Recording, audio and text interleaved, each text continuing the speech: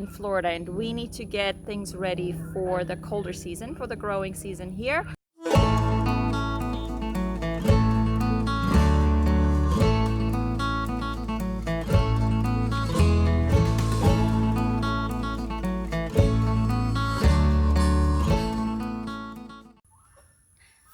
Hi everybody, welcome back to Hidden Oaks. Nicole back here, and today we're in the garden. We're outside enjoying the hot Florida sun in August.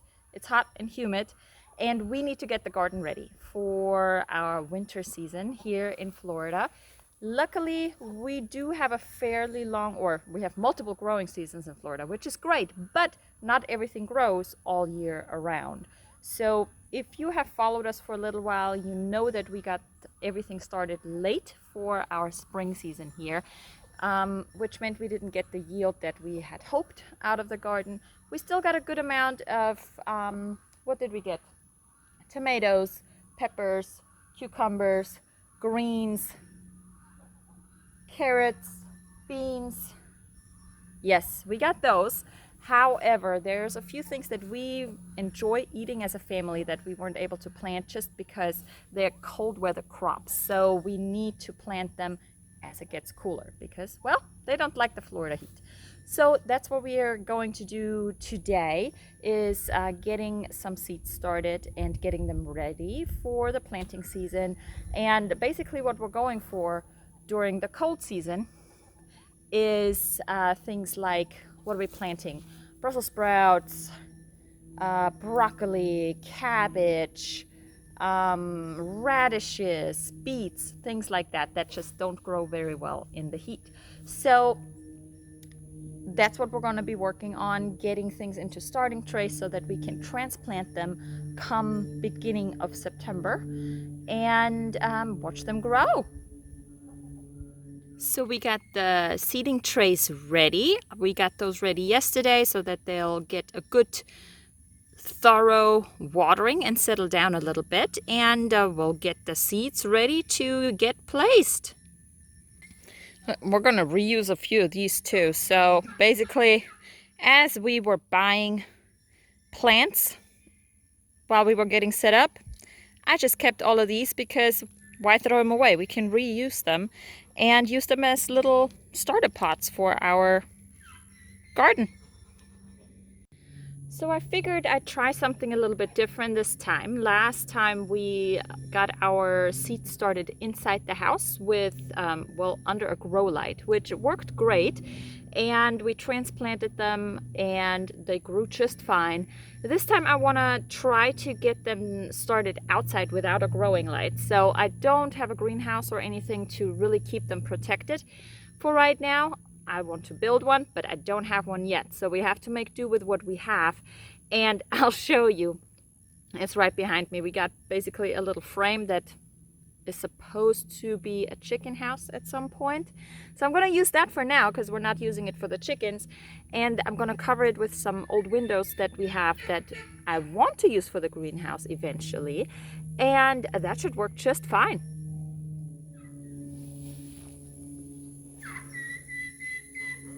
Okay, so I don't know if you can see this okay, but we basically, what we did last night is we did a little pre-start with the seeds. And so a lot of them have already sprouted, so they're ready to go into the dirt and do some more growing. So basically, you know, I just used some paper towels, wet them, put the seeds on them, and then you see this? Ta-da! So now we can just put them in the dirt. Can you see this? See all these little baby sprouts?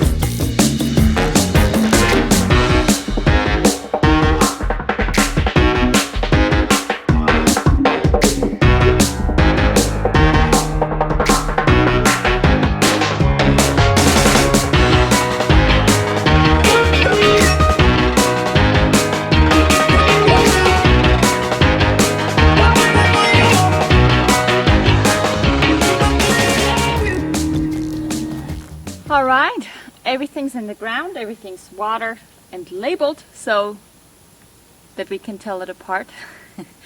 Now, overnight I'm gonna cover them with these windows just to kind of create that greenhouse effect.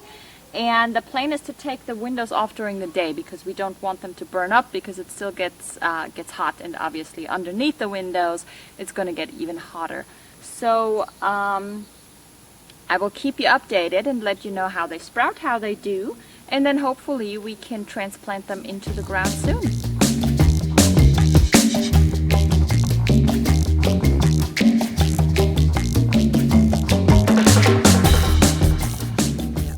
Sprouting. And our pumpkins. The cabbage takes a little bit longer to sprout, so we'll give it some time. Radishes are already coming in nicely. Look at how our sprouts are coming up.